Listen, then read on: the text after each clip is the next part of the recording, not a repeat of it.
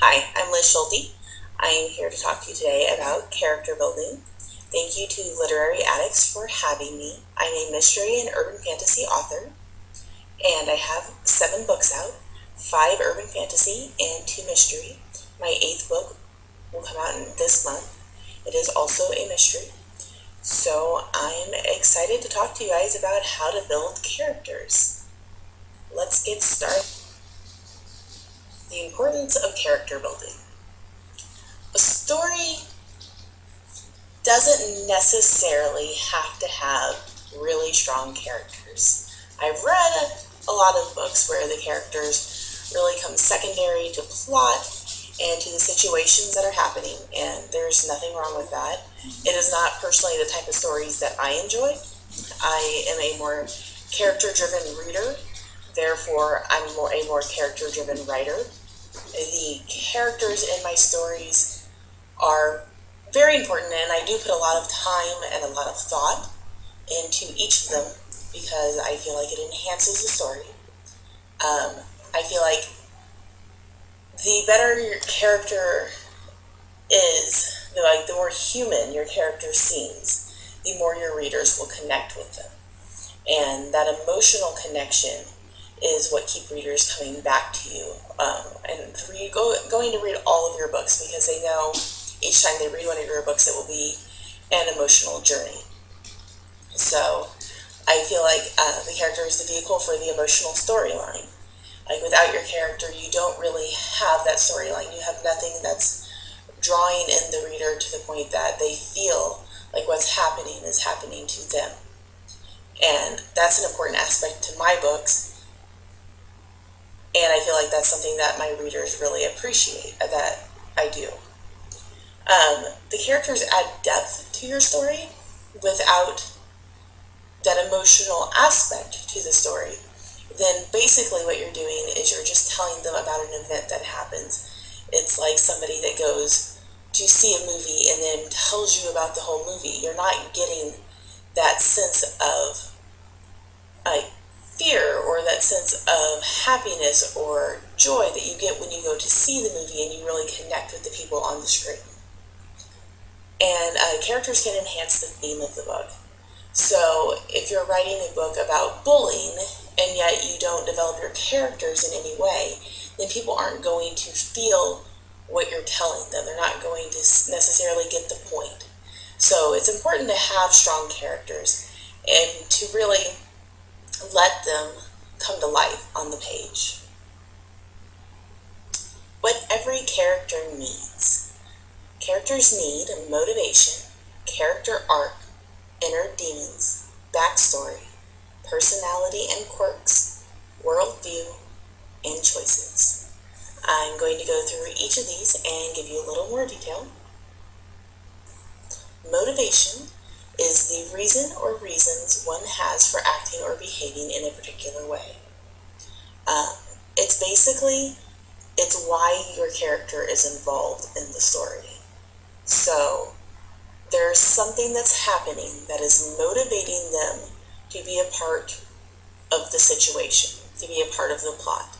They have a motivation, they have a goal. There is something that they want and that if they fail, they will not get. So this is where you're going to start looking at why they're doing what they're doing. And that's important to know because that will affect everything else about their character. Character arcs. A character arc is the emotional change a character makes due to circumstances they are in. Okay, every arc for a character does not have to be an improvement. Sometimes people, they don't grow, they sort of fall apart as the story goes on.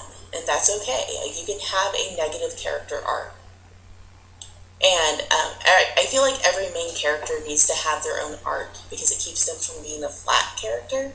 If you don't give people growth or motivations or anything like that, then they really are two-dimensional characters and they don't stand out. So always keep that in mind as you're going through and that you're creating these characters. You want to know how they're going to change, like where they start the story versus where they end the story emotionally. This is not just physically, this is emotionally. So this is, for example, with my first book, Dark Corners, my main character, Ella, started in a really, really bad place. And she was very isolated and she was not terribly happy with her life.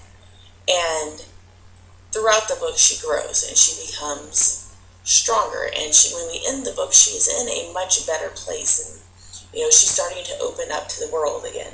But it took a lot to get her there. And so as you're going through and you're creating these characters, think about where they are starting the story and how what happens in your story is going to affect them. Because people don't go through traumatic events and come out unaffected. And generally, when you're writing a book, there's some sort of traumatic event that is occurring in the character's life. Or there is, at the very least, conflict in the character's life. And that conflict is going to change them.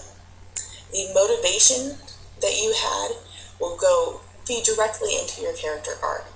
And that it's what are they motivated for? What do they lose? Like, what do they sacrifice along the way in order to achieve their goal? Backstory. This is what happened to your character before the story takes place that affects what they do and how they react to the situations. So all the backstory isn't necessarily going to go onto the page, because you don't want to bore the readers with a lot of backstory, but you as the author need to know everything about your character. And you need to know, like, did they have a happy childhood? Did a parent die when they were young? Were they missing something in their life? Were they popular? Were they picked on? Like, what happened to them to make them who they are now? Because all of us, like you and me, we all have backstories. We've grown up and we've had things that have happened, and we have inside jokes with people, and we have friends, and we have friends that we no longer talk to, and we have ex-boyfriends or ex-girlfriends, and you have to make your characters as believable as you can. And the more backstory you create for them, the more real that they will become in your mind, and the more real that you'll portray them on the page. Inner demons. Alright, the inner demons are the internal struggle the character goes through to get past whatever emotional problem they have that's holding them back and keeps them from their goals. Okay, the inner demons can be determined by the character's backstory. So, if you have a character whose mother left when she was 5, then how is that going to affect her, and what is that going to do to her emotionally, and how is that going to change how she sees the world and how she's going to react to the situations that are happening? That is an inner demon for her. That is something that she hasn't dealt with from her past, and it's something that has changed the way that she views the world, so that she may not be able to get to her current goal or her current motivation. Personality and quirks. Personality is what makes us who we are. It sets us apart and gives us common ground with others. Quirks are the little things that people do that are unique to them. So, with personality, people will tell you to really avoid cliches, and absolutely I agree with that. You want to avoid cliches as much as you can. However, cliches are cliche for a reason. It's because sometimes they work. I mean, sometimes that is, in fact, how people are. And so, I feel, which I might be wrong, I don't know, but I feel that if you're going to do a cliche, that you don't necessarily have to shy away from it so much as you have to acknowledge it. So, if a character does something and it comes off as cliche, let the character acknowledge it. I mean, I do things in my daily life where I'll be like, oh my gosh, that's so cliche. And I have that internal thought. And if the character also has that thought, then I feel like people will forgive the reaction, because it's human. It's something that we do. We don't go around thinking in our heads as we're reacting to what happens to us throughout our days, oh, is my reaction cliche? I think that's silly to avoid it completely, but it's also a good thing to be self-aware. Okay, with quirks, that'd be the things that people like do or say. It'll be regional a lot of times with especially dialogue, and or you can make it actions like a character might have a twitchy eye, or the character might bite their thumbnail, and it's just something that's going to be unique to that character. You want to make sure if you choose something like that, you do not have the other characters in your book also do it. You want to make it just so, it's this one character, and this one character does it, and that's it. Like, for example, in the Guardian trilogy, I have a character named Baker, and he is from the 1920s, and basically he speaks with a lot of 20s slang. And of course, he's the only one that gets to use those phrases and kind of that jargon, because that is his personality, and that's what makes him a unique character from the other characters. Okay, worldview. Worldview is how your character sees the world based on their backstory, inner demons, and personality. So once you've figured out the backstory and inner demons and personality, you're going to look at how would all of that come together to make your character view the world that they are in. And it's important to know that because this all has to do with how your character is going to react to what's happening throughout the story. Like in Dark Corners, again, I'll use one of my own books as an example. My main character, Ella, is uncertain that what she sees or hears is real. And so that changes her reaction to everything that happens. She does not necessarily react the way most people would react to things, because she's been told for so long that, she's not, that what she's seeing or what she's hearing isn't real. And so that comes through. You don't necessarily see it as a reader, people telling her that, but you see it through her reaction to the situations that arise. And if you think about, maybe I'll use another example, let's say Harry Potter, which is one of my favorite series. How Harry reacts to school, to Hogwarts, when all the other kids, they all have their own idea of who Harry is. They think, he's the boy who lived. And he comes to school and he hasn't been raised in a magic community. So his reaction to things is different than their reaction. They see him and they believe, they come in with preconceived notion. That is their worldview. They all know him because he's famous. And they think that, he should know all of the stuff that they know. And he doesn't know any of it because he wasn't raised like that. And that's his worldview, where he's looking at it through the same eyes as a reader, where everything is new and different. So it's all very important for creating believable reactions in characters. I thought I skipped the slide, but I didn't. Okay, character building exercises. There are lots of character building exercises. You can Google that and find just a ton. I listed off a few that are pretty popular. You can make a profile, like if you go online, there are a lot of profile sheets. I actually have one, and I would be happy to share it with you guys. If you're interested in it, just ask me. But that's the normal things like height, hair color, eyes, their astrological sign, their beliefs, just basically the general stuff like that you could fill out and have it there at your disposal. Some people do better visually, so they'll make a collage of like maybe dresses your characters would wear, or what your character looks like, or what their house looks like. And another good thing would be a Pinterest board. I didn't put that on the list, but I just thought of it while I was talking. And a Pinterest board, you could do basically the same thing like a collage, and that could be fun. A playlist. Some people will just use music, like to write certain characters, that they'll have a playlist just made for that character. So when that's playing, you kind of get into that character's whole mindset, and depending on the type of music, it might bring out some certain aspects of the personality. Questionnaires, like those things that would always be shared back when MySpace was popular. like those long, like 50 questions that are just really random. Like they'll ask things about chocolate ice cream or vanilla ice cream, and just basically the little things that don't really matter, I feel, when you're making a character, but maybe it'll give you some clues as to who your character is. Character charts are kind of like a profile, except a lot more in depth. I don't know a lot about character charts because I've never tried it, but feel free to Google that. And I know there's some sites that offer like a character chart format thing that you could use. Extensive background and family background creation.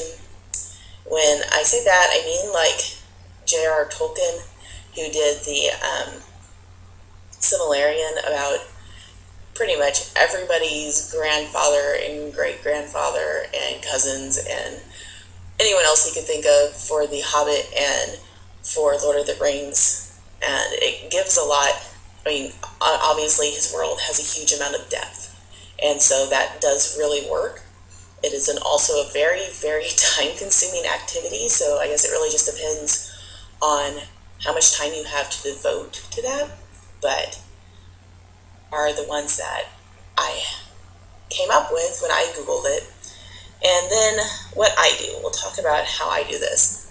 I don't use any of those techniques. I've played around with some of them. I've done character bios, I have made collages, I've made Pinterest boards, but with the collage and Pinterest board, I mostly do those after the fact. Like that is not a before I start writing. That's once I've already created my character, and then I'm just looking for pictures to help me describe what's already in my head. So I honestly, they don't really work for me. That's not how I go about building a character. What I do is I ask myself why. So I figure out what my plot is for the story, and I actually, before I ask myself why, I start with my character's personality, choices, and character arc. So whenever I figure out the plot of the story, like when I have an idea, I'll come up with, well, I want this to happen in the story. And I have absolutely no idea coming to mind, so it's making it a little difficult, but let me think for a second. Let's say I have an idea where I want to make a zombie who is not like normal zombies. It's a zombie who, after he feeds, he becomes more human-like, and so he's trying to live in the world, but he has this hunger also, so then he has to eat people too, but he's a pretty nice guy outside of that. So let's say that's my idea for a story. So what I'm going to do is I'm going to start with, well, what is my character's personality, or what's my character's arc? And so with that, we would start with, of course, our character is going to start human, and he's going to die, and then he's going to become a zombie. And that would probably be, the becoming a zombie would be my inciting incident. So that would happen in like the first chapter, maybe second chapter, okay? And so then what I want to do is I want to set personality for him. And as a human, he was a really laid-back, easygoing guy, because after he becomes a zombie, I also need him to be pretty laid-back and pretty easygoing, because if he were uptight, I really think he's going to have a hard time dealing with being a zombie.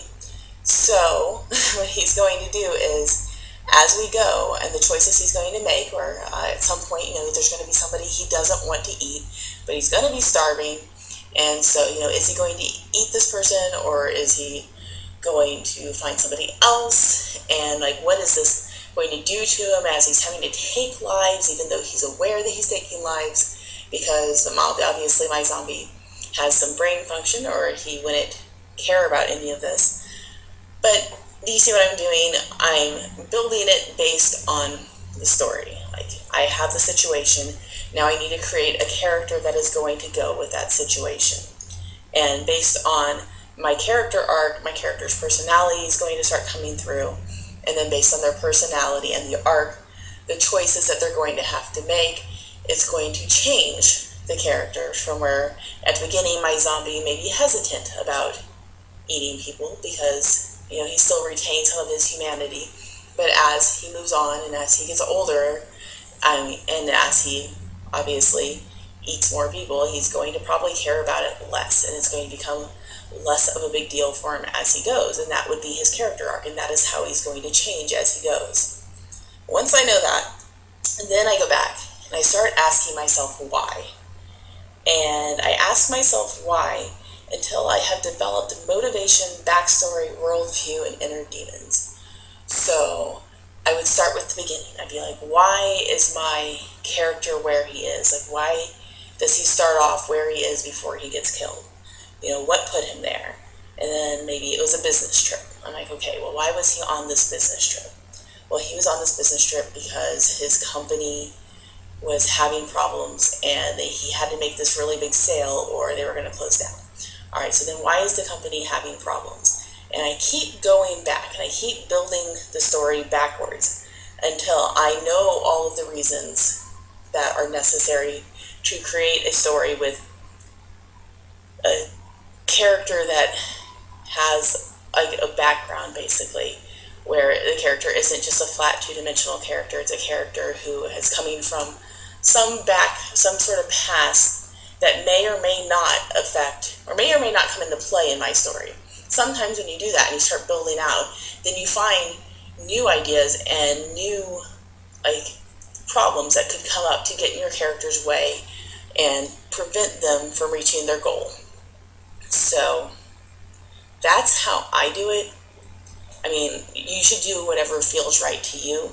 Like, that's what works for me. I don't necessarily need the surface things as much as I need to know what's going on inside.